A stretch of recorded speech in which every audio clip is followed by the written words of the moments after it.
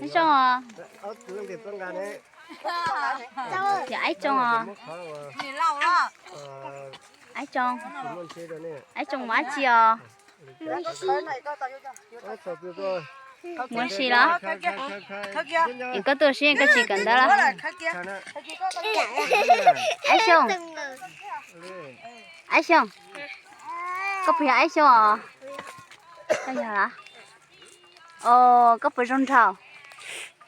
Có phải rong trào. cứ lúc này ai xong thon thôi giờ lên tin nhắn na bắt tất cả Lên lá.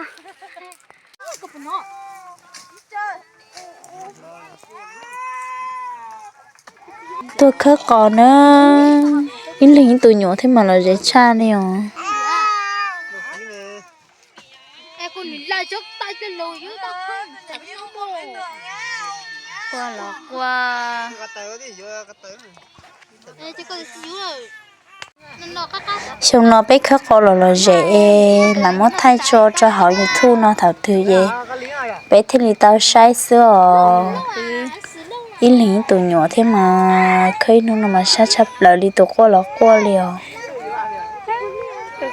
tôi qua tôi dạo tôi sát là hết chẳng bự theo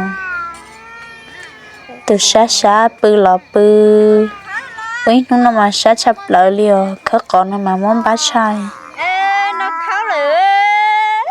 lấy xíu xíu rồi sao vậy Lấy xíu xíu khóc. sao vậy à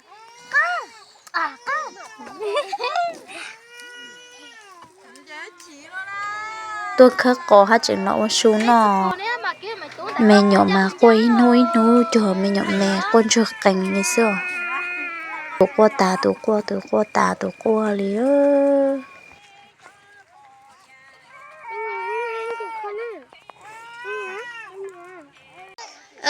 Là tôi khóc còn là gì xa đi.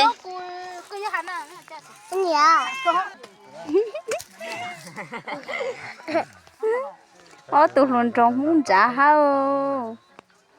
Tôi luôn đã luôn trông thiểu. Tôi luôn cao ha. Luôn cao. Ừ.